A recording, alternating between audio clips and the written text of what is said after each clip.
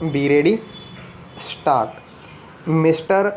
Chairman, Sir, Sri Chavan presented the Union budget for the first time in his political career. Sri Chavan is a very experienced politician and an able to administrator. He has held a number of important positions in the past.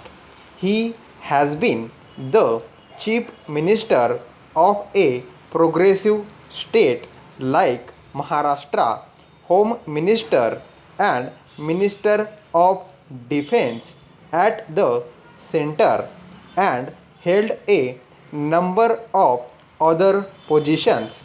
I am impressed by his abilities since long.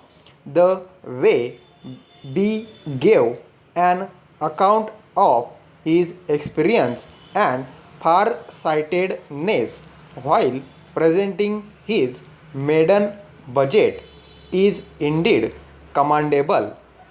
This budget is commendable and significant in many respects. The tempo maintained by the government since 1980 for alleviating poverty and providing employment to the peoples is praiseworthy. The efforts of the government have resulted in an increase in these activities year after year, and this too is commendable. But this year the Honorable Minister has broken all previous records as he has given special impetus to the poverty alleviation program in the budget. The most significant among all these programs is the Jawaharlal Nehru Rozgar Yojana, under which there is a proposal to provide employments to one member in each family in 120 districts. It is in itself a revolutionary step.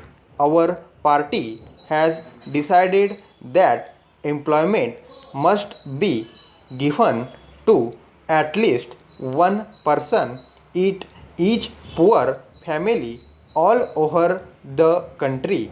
Though details of the program as to how this scheme will be implemented and how employment will be provided are still to come before us, yet I would like to praise this bold decision, the benefits of which will reach lakhs and crores of people throughout the country and will provide relief to them. Para, a number of concessions have been given to poor people in this budget with a view to providing them relief, but at the same time it gave a setback to the middle class. So far as I can understand, the budget will in no way affect the rich people. Pyara, first of all, I would like to draw the attention of the Honorable Minister to poverty alleviation programs because the government is earmarking huge funds for these programs. Now it becomes the duty of the central government to see that the money reaches the people properly. It is not today only but for years that the honorable members have been expressing in the view that the beneficiaries do not receive the full amount of money that is unmarked for them. Stop.